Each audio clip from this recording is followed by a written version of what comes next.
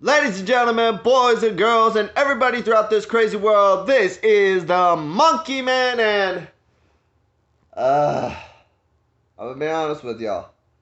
I'm not ready. I'm not ready. This is part 6 of Straight from the Monkey's Mouth, the story of my life.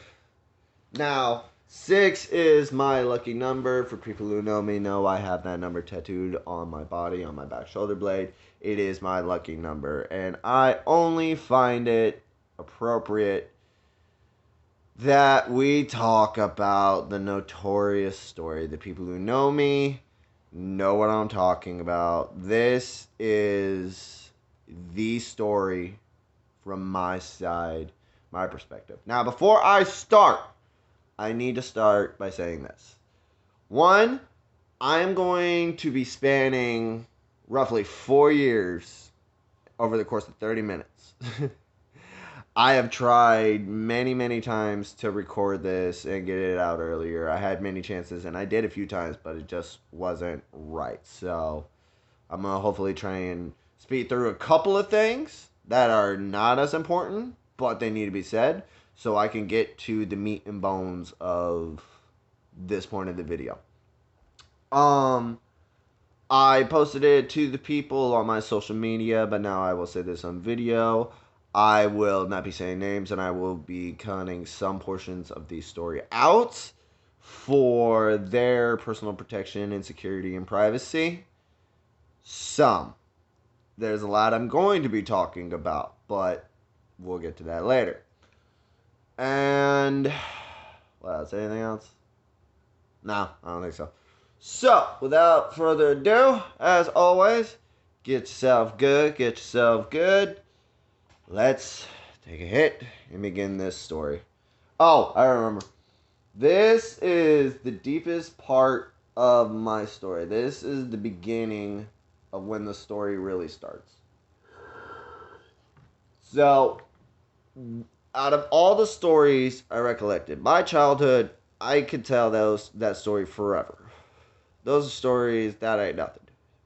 This story, this is my first real tough one, which is why I'm probably gonna name it The Downfall or Descent into Madness or some crazy shit like that. So, after high school, I was with my girlfriend. At this point, I am not going to mention her name. I was with her, and we were going steady.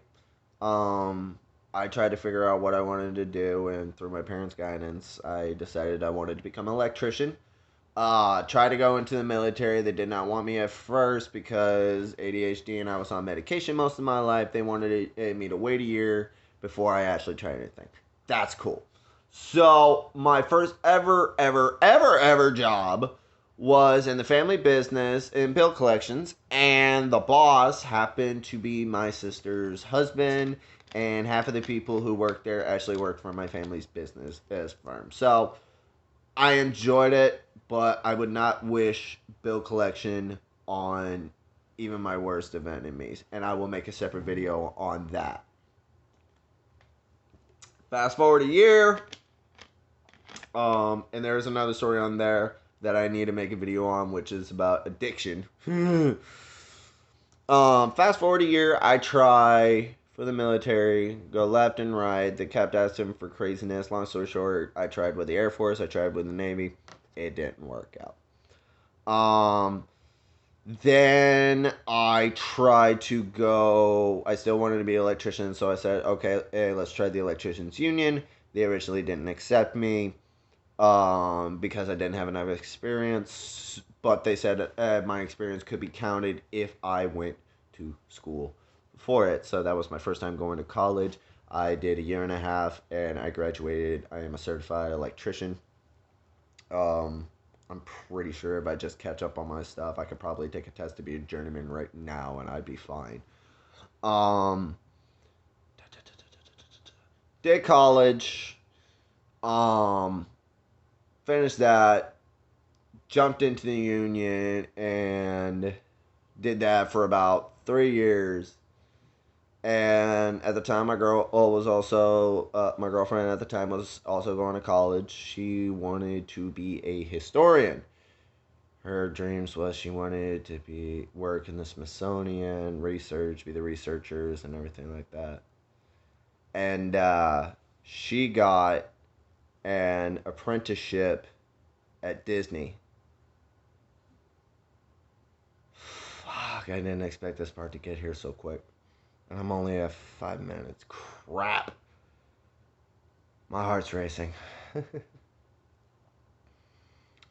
um, it was the beginning of, I honestly, at the moment, don't remember the year.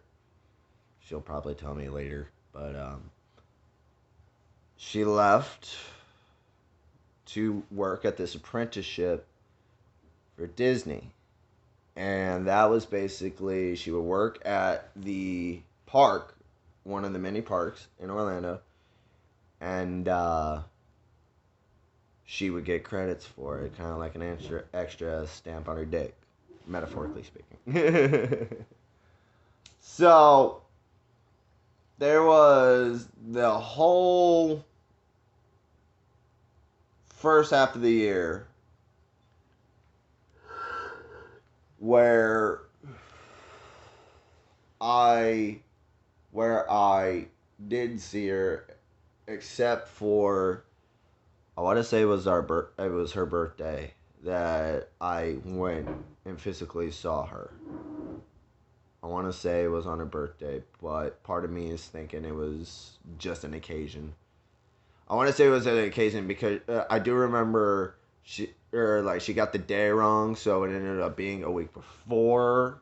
So, but anyway, fast forward or all this. Now at this point, she and I had our ups, and we had some very, very, very dark downs, and that is going to be, I have decided to make a video, which is addiction, because the first bit of it, I was literally addicted to the retarded drug K2, synthetic marijuana, spice, prison term, tunchi, or whatever you want to call it. I legitimately had an addiction to it. I used to, quickest story I can talk about because I want to do time here. I used to buy a 2 gram jar, a pack of rolling papers, and a lighter for $20. That jar used to last me 2 months. By the end of it, I was smoking about 4 or 5 a day. Hiding it. Like, I still to this day do not know how that worked. But I'm still alive from it, amazingly. But I was a real dark person from there, and I will give it to her. And I've sent this on message, and I will say it publicly to anybody who sees it. No matter what I say from this video or forward, no matter how I still feel, no matter how angry I can get, I will never disgruntle what that girl has done for me. That woman has been through hell because of me. I was in a very, very confused, dark place back in those days, in the first 5 years out of high school. Like, that was very dark. And she stayed with me. She tried to help get me better in ways. She took she took a couple blows for me. She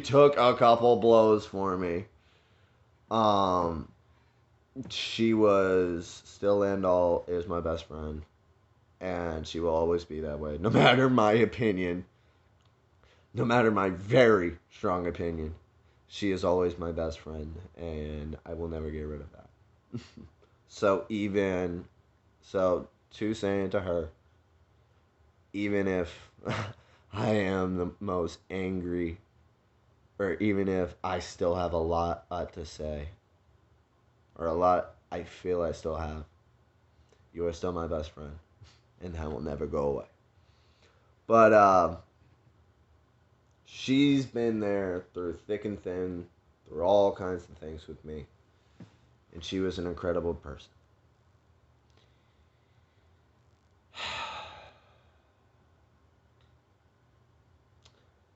I was at work one day. It was my, I want to say, second week on the new job. I was working 10-hour shifts for 4 days.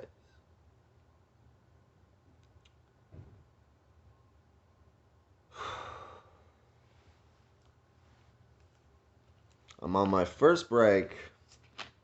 I get a call from her.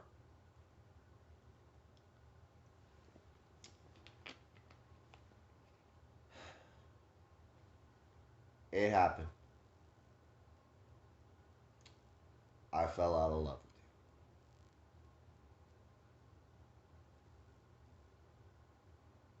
with you. She repeated herself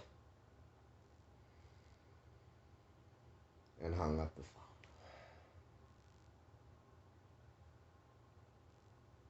10-year friendship at the time. 5-year relationship. First love. First person to truly get me understand the really dark side that I had that was hiding. The one person who I felt was the one good thing in my life that I have ever had up until that point. Gone. We had plans on one day getting married. And I don't know if I've said this to her or not, but I was legitimately going to propose to her when she got home. When she was done with the apprenticeship, I was going to propose to her. I wouldn't have cared what it was. Thick or thin, I was going to propose to her. Fast forward to the night. That whole day was ruined and I fucked a bunch of shit up. Fast forward to that night. I sneak big handle bottle of vodka in my room. My mind's full of questions because I got no answer as to what's going on, what happened, yada yada. And drowning myself, get to about half of the bottle. And our baby brother figure, I won't say his name, gets a hold of me, talks for a little bit, tries to figure out what happened. I explain the situation, usual stuff. And then he asks a question.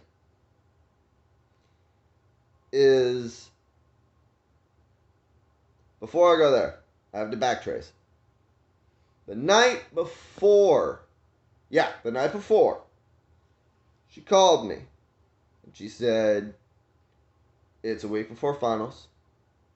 A good friend that I met from here, or from the Disney studio that she works with, wanted to take her out for a good time. That's fine. Go out, have fun, de-stress. You need it. Break up from that. He asked me, was that best friend's name so and so? Again, not going to go further there. I look at the previous messages and I see the name so and so. Yeah, that was the name. Oh my God. Monkey, I'm so sorry. She told me about him, that they have been kind of getting close. I don't remember the specific details of what he said, but basically, she'd been with him for a few months. and I knew nothing about it. And the one thing that hit me more was the fact that I didn't hear it from her. I had to hear it from my friend. She told our baby brother and didn't have the courage to tell me. As if I wasn't depressed enough as it was.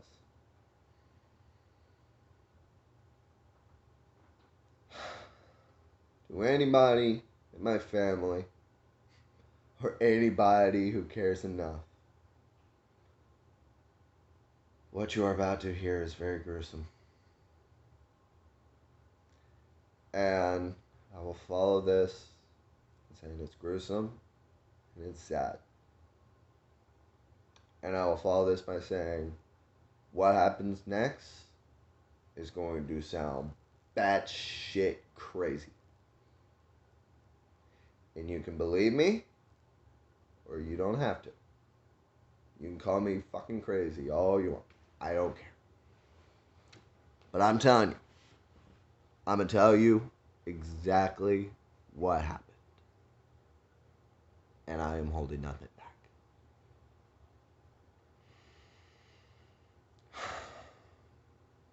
I take the bottle. I down the rest of it. I walk into the bathroom, close the door behind me, with a hawkbill knife. For those who don't know, it's a curved blade. I sit in the bathtub.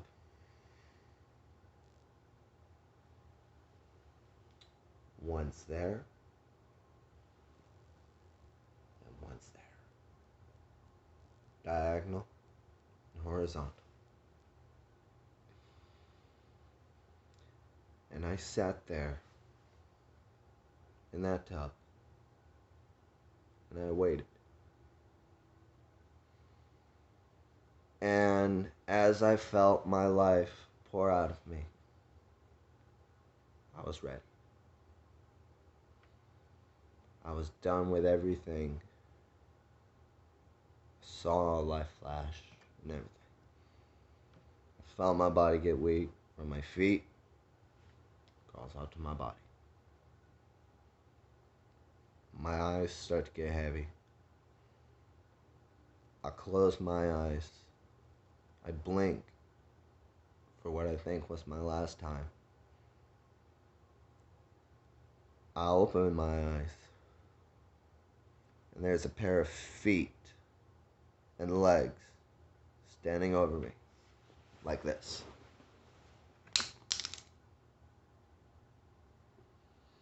I look up, and I see a face I've only seen 2 times in my life, but a person I've known my entire life. And this person, again, you can believe me or you don't, but this is what happened. This person, I believe, is a weird angel or spiritual guardian, whatever you want to call it. But he leaned over me. He cocked his head back. And usually, you can always tell it's him because he's got a gigantic smile. You don't see any features, just a smile. Gigantic. But he wasn't smiling that time. And he looked at me and he said, "Really? This is how you're going to go."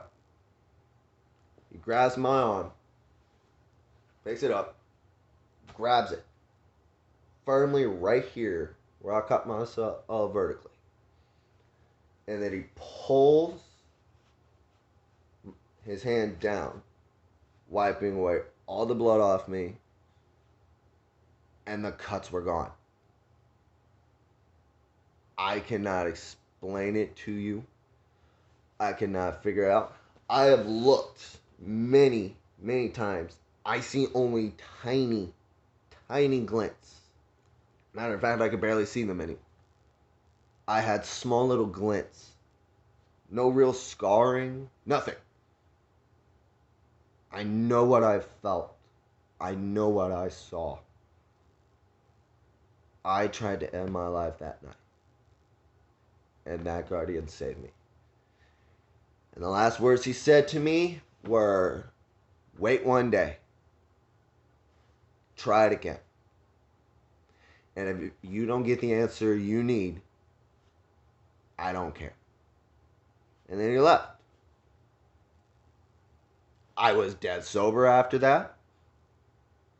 I cleaned up all the blood from the bath. Cleaned it up real nice. Went to bed. Woke up the next day. Did what he told me. Send a text message. Blah, blah, blah. And I'm not going to reveal what was said, but it was the most retarded shit ever. So, in a way, in my process, oh my God, he was right. That was retarded that I tried to do that. I can't believe I did that. And after that led to a severe downward spiral for about a year and a half or 2 years, something like that. I don't remember. Where I would sneak in a bottle to sleep at night and to wake up. Just consistently, just trying to figure things out. I would hide it. And this continued for a long time until one day I started to get a little more cleared up. I went to, the union wasn't working, so I tried to go to college again for air conditioning, which I did. But that's another story. But I was on my last job, which was ironically redoing the apprenticeship school. And it was basically the same thing. It was my one job, and it was designed for me to shine. Like, it really was. All the rooms had to look the same, wired and done exactly the same. I'd already had enough jobs. I killed it. The foreman and fucking hated me. That's not the point. The point that leads to is we had one time where he went somewhere. We were ahead of our stuff, and we had to, since we were apprentices, we had to stoop low and actually clean up the damn school. I am quest to go out to the street and pick up the trash. And I don't know why. But I get a text. It's from her. And I don't remember the extent of it. Probably for the best on this one. But I do my best. I try to be peaceful, but at the same time, I'm one-sided. And in my mind, I'm like, don't start talking. Because if you start talking, I'm going to start talking. And I have a lot I want to say. I tried to stop the conversations. She kept texting and texting and talking and talking and talking. I'm like, don't do it. Don't do it. You're doing it. You're doing it. It's gonna happen. Stop. Stop. Stop. Stop. And they're off. Woo! Again, I don't remember what I said, but I let everything out on the fucking line. Because as she kept talking, everything, it was one of those times I just went, and I woke up. And when I woke up, and again, believe me or call me batshit crazy, but this is what happened. I looked down, and for some reason there was a puddle. I don't know if it was raining or whatever. But I looked down, and what I saw was what looked like me, but there was no eyes whatsoever. Like, there's no whites or corneas, nothing. It was just black holes. And every time I talked, it talked back. It didn't talk back. It screamed. Like, it was, and the scream was the most deafening sound I've ever heard.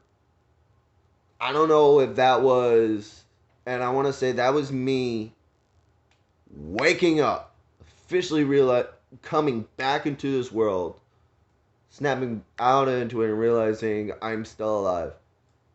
And looking in the reflection, and I saw a monster. And looking at that reflection, the only thing in my head was, wow, I became a monster because I was destroyed by at the time, we now both agree, stupid way. I've gone through some shit. I've tortured myself many times. But that was my first breaking point. I looked down at myself and I was disgusted. I couldn't recognize what I was seeing myself, and I lost it on the street. And it was at that moment that I made a vow with myself that I would never go that low and into that pit again. I became a very numb person. But through the darkness, this was my first lesson of, through the darkness, I found peace. Through suffering, I learned one hell of a lesson and learned a lot of things. And on that day,